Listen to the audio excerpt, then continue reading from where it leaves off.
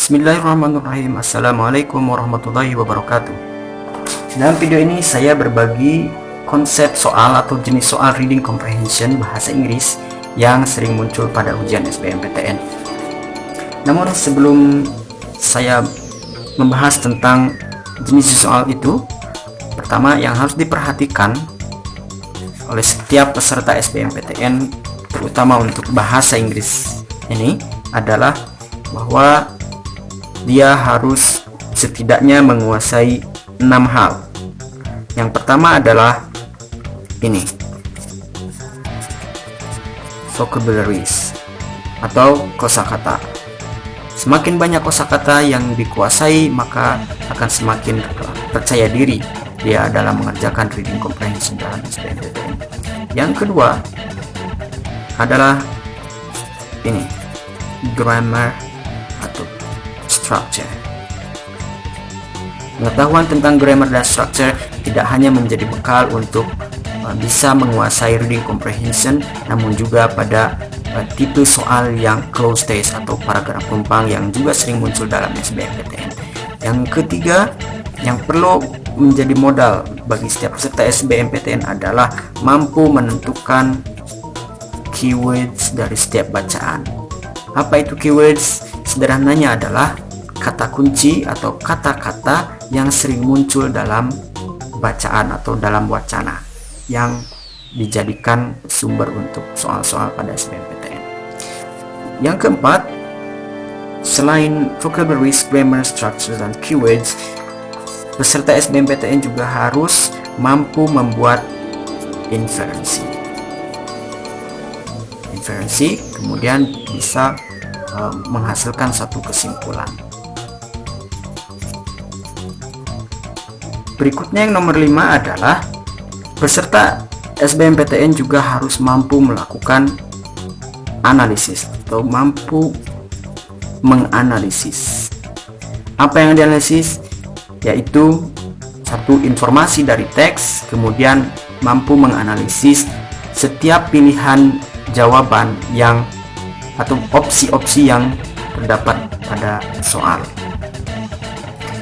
Oke, ini menganalisis teks dan opsi. Baiklah, setelah sharing beberapa modal utama untuk menguasai soal-soal bahasa Inggris dalam SBMPTN tadi, saya akan membahas tentang reading comprehension yang diperlukan dalam mengerjakan soal bahasa Inggris dalam SBMPTN.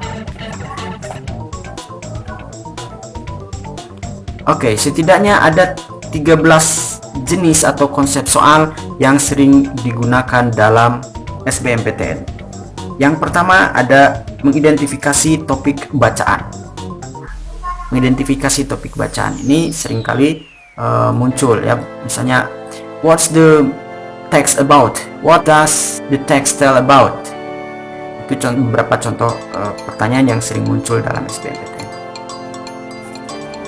Berikutnya ada tipe soal untuk menguji kemampuan peserta SBMPTN dalam mengidentifikasi ide pokok atau main idea dari suatu bacaan. Ya. Setelah itu ada juga soal jenis mengidentifikasi informasi yang rinci atau detailed information. Berikutnya ada juga jenis soal yang menguji kemampuan para peserta SBMPTN untuk mengidentifikasi informasi yang tersirat di dalam teks atau dalam bahasa implied information. Oke. Ada juga tipe soal menentukan makna kalimat dalam teks. Kemudian ada juga tipe soal menemukan makna kata dalam bacaan. Ada juga mengidentifikasi nada atau tone dari bacaan yang disediakan dalam soal. Kemudian ada juga jenis soal untuk menguji kemampuan mengidentifikasi struktur teks.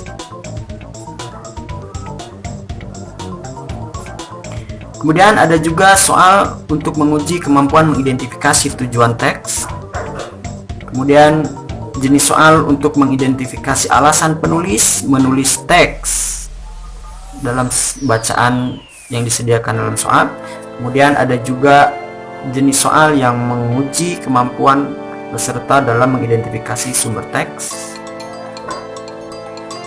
Kemudian ada juga tipe soal untuk menguji kemampuan menemukan letak baris dalam teks.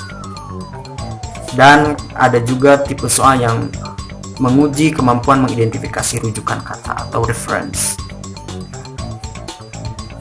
Baik, itu ada 13 tipe atau jenis soal dalam SBMPTN yang bagian reading comprehension bahasa Inggris yang bisa saya bagikan dalam video ini.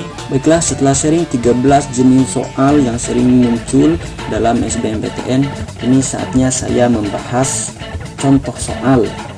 Sudah saya sediakan 8 soal untuk mengetahui seperti apa tipe-tipe yang muncul dalam SBMPTN. Ya, dari 13 itu hanya akan ada 5 tipe dalam 8 soal ini yang muncul. Nanti bagaimana cara mengerjakannya, ya, kita akan bahas. Baiklah, kita langsung ke soal nomor 1. Nah, seperti biasanya saya akan selalu menyarankan ketika mengerjakan tes ujian, ya, saya menyarankan untuk terlebih dahulu membaca pertanyaan dan memahaminya dengan betul. Ya, baik, di contoh soal yang pertama ini ada informasi level 2, ya. Ini maksudnya tipe pertanyaan seperti ini adalah kategori level 2 yang berarti mudah, ya. Mari kita lihat. The word immediately in paragraph 4 is best replaced by. Nah, untuk lebih jelasnya bagaimana kata immediately ini digunakan dalam paragraf keempat. Nah, ini dia, ini paragraf keempat, ya. Ada kata immediately ini sudah dicetak miring. Baiklah. When point source pollution enters the environment, the place most affected is usually the area immediately around the source. Kata immediately ini adalah kata keterangan atau adverb yang berarti dengan segera. Mari kita analisis kelima pilihan yang disediakan. Kata eventually, ultimately, finally, instantly, basically. Untuk kasus sinonim ini, ya kan, ketika kita tidak mengetahui artinya, tidak ada cara lain dengan cara menebak. Nah, menebak pun tentu tidak sembarangan. Tentu ada beberapa proses yang perlu dilakukan sebelum tiba-tiba menebak. Yang sering saya lakukan adalah melakukan eliminasi. Dari kelima ini, manakah yang kita tahu artinya? Nah, finally dan basically ini sebetulnya 3, ya. Finally, instantly, basically.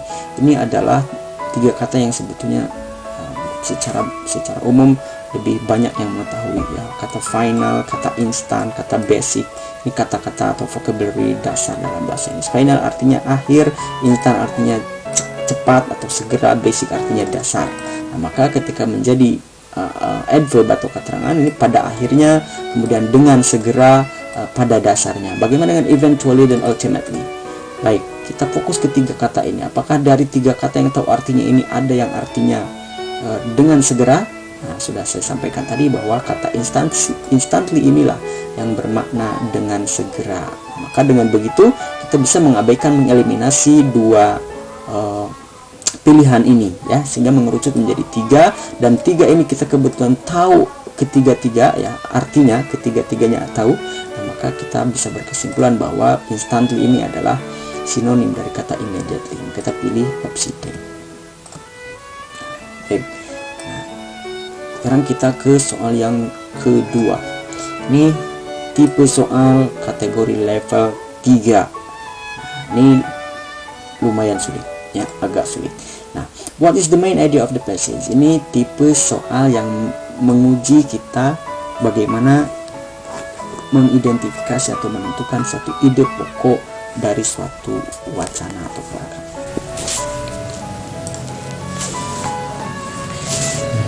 Kemudian untuk menentukan main idea atau ide pokok dari teks pada soal kedua ini, kita harus memahami teks secara utuh.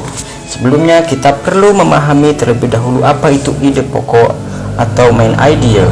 Ide pokok merupakan masalah utama yang dibahas dalam sebuah teks. Untuk menentukan ide pokok, Pahami teks tersebut terlebih dahulu, kemudian simpulkan masalah utama yang dibahas dalam teks. Teks pada soal nomor 2 ini membahas tentang sumber-sumber air serta polusi. Ini bisa kita temukan dari kata kunci yang diulang-ulang dalam setiap paragraf, yaitu water sources dan kata water pollution.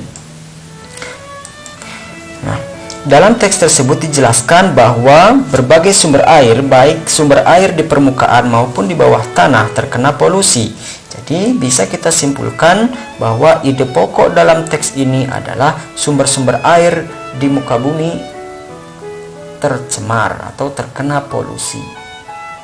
Nah, mari kita lihat pilihan manakah yang memiliki arti tersebut. Opsi A, many types of water pollution are affecting the groundwater. Maksudnya adalah banyak jenis-jenis pencemaran air yang mempengaruhi air dalam tanah.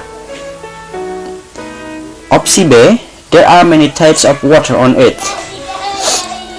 Terdapat banyak ragam air di bumi. Opsi C, sumber air di bumi tercemar. Opsi D, pencemaran memiliki banyak dampak di bumi. Opsi E, pencemaran air dalam tanah atau air tanah sangat berbahaya untuk manusia. Dari kelima opsi ini, yang artinya sama dengan main idea yang telah kita tentukan adalah opsi C, yaitu sumber-sumber air di bumi tercemar.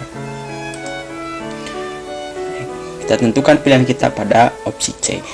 Kita lihat nomor soal berikutnya. Soal nomor 3.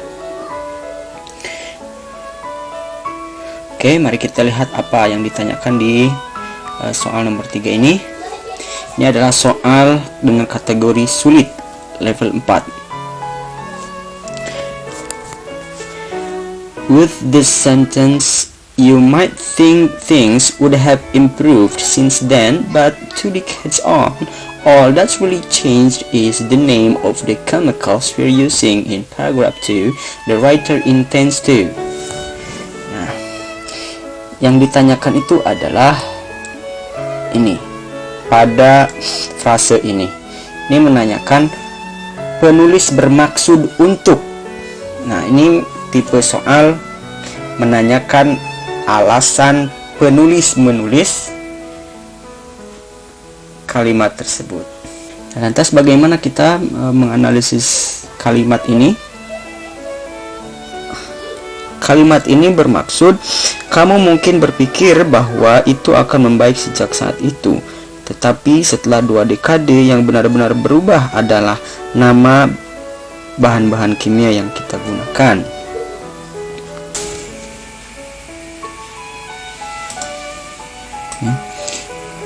Dengan demikian, setelah mengetahui makna kalimat yang dimaksudkan dalam pertanyaan ini,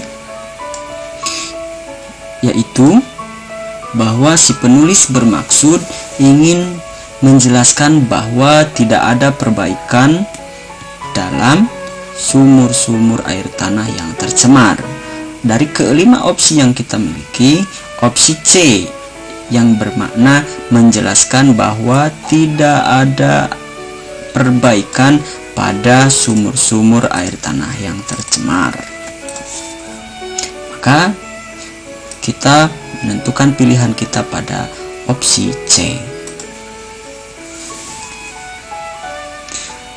Berikutnya kita lihat soal nomor 4, masih terkait dengan teks yang sama. Oke. Pertanyaannya adalah, what most likely motivates the writer in writing the passage? Nah, ini pertanyaan level ketiga, masih termasuk kategori sulit. Maksudnya pertanyaan ini, apa yang paling memotivasi penulis dalam menulis wacana ini? Dari pemahaman yang kita dapatkan dari teks ini dan juga menganalisis kelima opsi yang ada dalam soal ini, maka yang paling memungkinkan adalah bahwa si penulis termotivasi bahwa the information about water pollution needs to be spread to bring awareness. Ini maksudnya adalah informasi tentang pencemaran air perlu disebarluaskan untuk memberikan atau untuk membawa penyadaran, ya, untuk memberikan penyadaran. Jadi jika dibandingkan dengan opsi-opsi yang lain, misalnya dengan opsi A, there are many water resources that have not been discovered, jelas ini tidak ada sama sekali dibahas dalam teks di atas. Kemudian opsi B juga tidak ada. Ini the level of awareness toward the water pollution is increasing. Ini tentang awareness ini juga tidak dibahas dalam teks di atas. Kemudian the knowledge about water pollution is high. Ini juga tidak dibahas dalam teks. Kemudian kalau kita lihat opsi A juga, there are many people who already know about water pollution. Ini sama sekali tidak menunjukkan apa yang memotivasi si penulis dalam menjelaskan tentang water pollution ini. Baik, sehingga jawaban yang kita pilih adalah opsi D. The information about water pollution needs to be spread to bring awareness. Opsi D. Kita ke soal berikutnya dengan teks yang berbeda. Oke, mari kita lihat pertanyaan yang pertama. Ini pertanyaan yang termasuk kategori level 3, ya, kategori sulit juga. Oke, what does the word reasonable in paragraph 5 mean? Oke, ini juga pertanyaan atau soal tipe makna kata, ya, makna kata. Mari kita lihat seperti apa kata reasonable ini di paragraf ke-5. Nah, ini kita bisa dengan mudah menemukan kata reasonable ini di paragraf ke-5. Ini dia kalimat kedua, ya. Nih sampai sini. Nah, baik, mari kita lihat opsi-opsi yang ada pada soal ini. Opsi A, giving results that are not accurate. B, not correctly thought out, having an understanding of a situation based on good judgment and therefore fair and practical, based on proved facts and not influenced by personal beliefs or feelings. Okay. Secara harfiah, reasonable ini dapat dicerna oleh akal, dengan kata lain masuk akal. Nah, dari kelima opsi ini, opsi D adalah yang paling memungkinkan untuk menjelaskan kata reasonable ini, ya.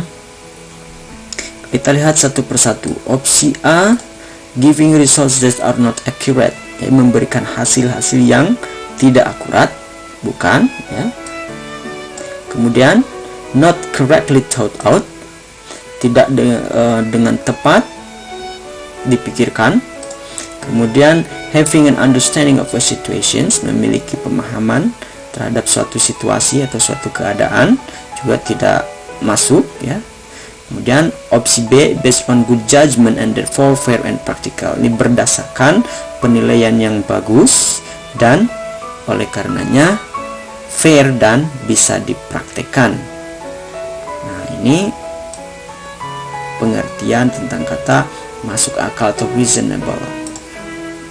Opsi A, based on real facts and not influenced by personal beliefs or feelings. Ini berdasarkan fakta real dan tidak dipengaruhi oleh keyakinan pribadi atau perasaan personal. Ini juga tidak masuk, ya. Yang namanya reasonable adalah opsi D. Dengan demikian, kita berkesimpulan untuk menentukan pilihan pada opsi D. Mari kita lihat soal berikutnya, yaitu soal nomor 6. Nah, pertanyaannya adalah, what is the main idea of paragraph 2? Ini pertanyaan kategori level 3 termasuk kategori sulit. Kita langsung melihat isi paragraf kedua. Paragraf kedua ini membahas tentang proses crowdsourcing yang dimulai dengan memberikan tantangan terbuka. Nah, oleh karenanya, maka pembahasan pada paragraf ini kita bisa menentukan masalah utama yang dimunculkan dalam paragraf kedua adalah tentang proses crowdsourcing yang dimulai dengan tantangan terbuka tadi. Kalau kita lihat dari opsi yang ada, kan ada satu pilihan atau satu opsi yang juga menggunakan kata proses. Kita langsung cek. Ada opsi B, the process of crowdsourcing starts with selecting the best idea. Sampai sini kita masih menemukan kesamaan dengan kalimat pertama pada paragraf kedua tadi. Namun ternyata pernyataan ini tidak cocok, tidak sesuai karena di kalimat awal paragraf kedua tadi, the process of crowdsourcing start with presenting open challenge. Oleh karenanya opsi B salah. Kemudian mari kita lihat ada kata kunci yang menggunakan kata open atau frase open challenge. Mari kita lihat dari awal. The mechanism. Mekanisme ini sinonimnya adalah kata proses. Dengan kata lain, kata proses ini memiliki sinonim mechanism. The mechanism of crowdsourcing begins. Nah, pada kalimat pertama di paragraf kedua tadi di sini menggunakan kata starts. Kemudian di opsi ini menggunakan kata begins, artinya memulai. Berarti ini juga sinonimnya. Nah, with handing out an open challenge. Sini dengan handing out ini dengan memberikan sebuah tantangan terbuka. Nah, ini hanya melakukan paraphrase saja dari kalimat pertama pada paragraf kedua tadi. Nah, dengan demikian, pada tahap ini kita bisa menemukan kesimpulan bahwa main idea untuk paragraf kedua adalah yang ini atau opsi A. Kita lanjutkan ke soal berikutnya. Kita beralih ke soal selanjutnya. Soal nomor 7. Oke, ini adalah pertanyaan kategori level 4. With the sentence, although crowdsourcing has been used for centuries, the internet has enabled organizations to crowdsource from people they may not have been able to reach before. In paragraph 2, the writer intends to tell that. Nah, pertama-tama kita harus memahami kalimat ini yang terdapat pada paragraf kedua. Kemudian yang ditanyakan adalah the writer intends to tell that. Maksudnya penulis bermaksud untuk mengatakan bahwa, nah, mari kita lihat di paragraf kedua. Ya, ini dia. Ini kalimat yang dimaksud. Kita lihat kalimat sebelumnya, the crowd can be anyone with a computer, smartphone, and internet access. Dan kalimat berikutnya setelah kalimat yang dimaksud adalah 5 principal features of the crowd are diversity, anonymity, large size, randomness, and suitability. Baik.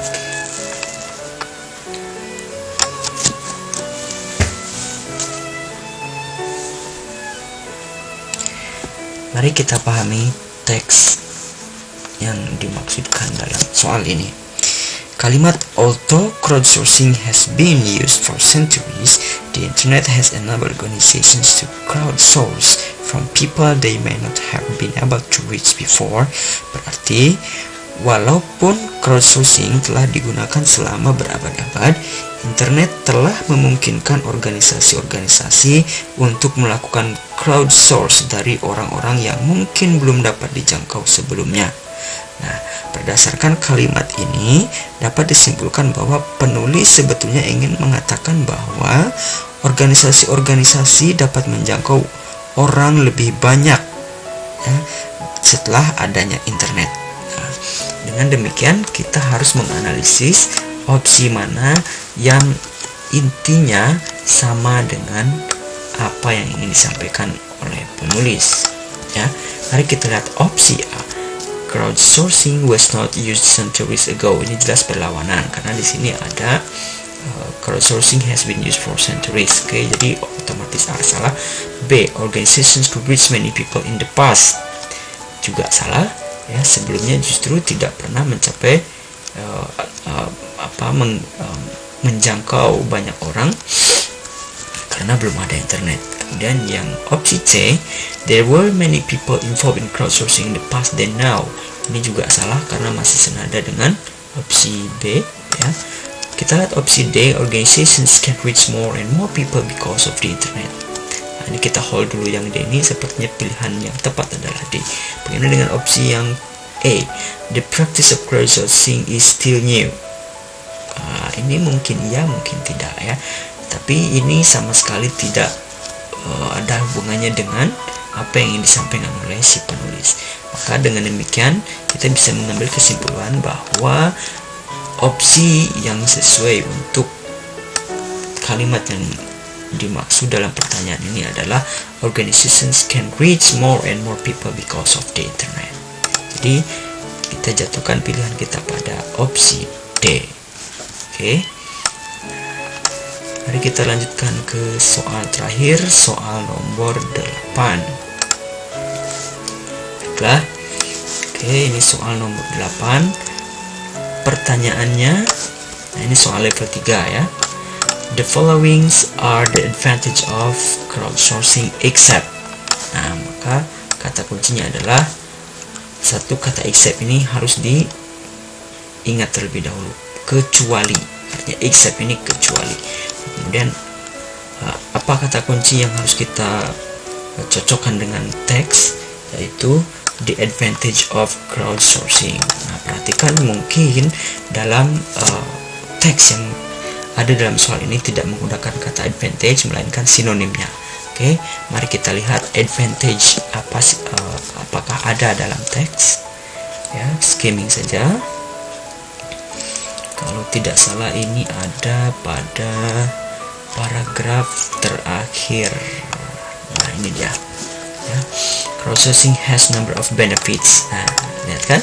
Nah, di sini justru tidak menggunakan kata advantage, namun menggunakan kata benefits. Nah, benefits ini keuntungan, kan? Kata advantage juga keuntungan. Maka sumber untuk menganalisis pertanyaan ini ada paragraf terakhir. Mari kita lihat. Yang pertama, the benefits of crowdsourcing itu adalah receiving fresh and original content and easing the reliance on specified experts or consultants, expanding your brand, outsourcing some of the tasks that cannot be undertaken by computers and need to be completed by humans. Kemudian nomor 4-nya, potentially lowering research and development costs and speeding up the innovations process. Nah, jadi ada 5 keuntungan atau advantage of crowdsourcing. Nah, yang di pertanyaan kecuali. Nah, kemudian kita analisis opsi demi opsi. Receiving original ideas and lessening dependency on specialist and professional advisor. Yang ini masuk ya, yang ini masuk receive original ideas and lessening dependency. Jadi ini senada dengan gagasan nomor 1 ya. Ini ada dependency, lessening mengurangi ketergantungan terhadap spesialis atau penasihat profesional. Di sini menggunakan kata specified experts dan juga consultants. Ini hal yang sama ya. Nah, kemudian opsi B, decreasing the cost of research and development. Ini kalau tidak salah ada juga di opsi di poin yang ke cost, ada kata cost ini keempat ya, lowering cost. Nah, ini juga ada decreasing, ini artinya sama dengan kata lowering. Oke, jadi yang ini ada ya. Kemudian opsi C, increasing the innovation practice. Yang C ini increasing ini maksudnya meningkatkan ya, mempercepat. Nah, ini juga sama, artinya mempercepat proses inovasi. Ini juga meningkatkan praktek inovasi. Ini ada ya. Dan yang opsi D, doing the task that cannot be done by the computers. Ini opsi D ini berarti poin ketiga, outsourcing some of the tasks that cannot be undertaken by computers and need to be completed by humans. Mari kita lihat harusnya yang kelima ya, diminishing your brain. Nah, permasalahan kata diminish. Diminish ini apa? Nah, di sini ada kata your brain juga. Nah, ada kata your brain. Nah, ini di poin nomor 2. Nah, permasalahannya adalah kata expanding dengan kata diminishing. Expand ini memperluas, memperpanjang. Expanding your brain maksudnya lebih memiliki jangkauan yang luas.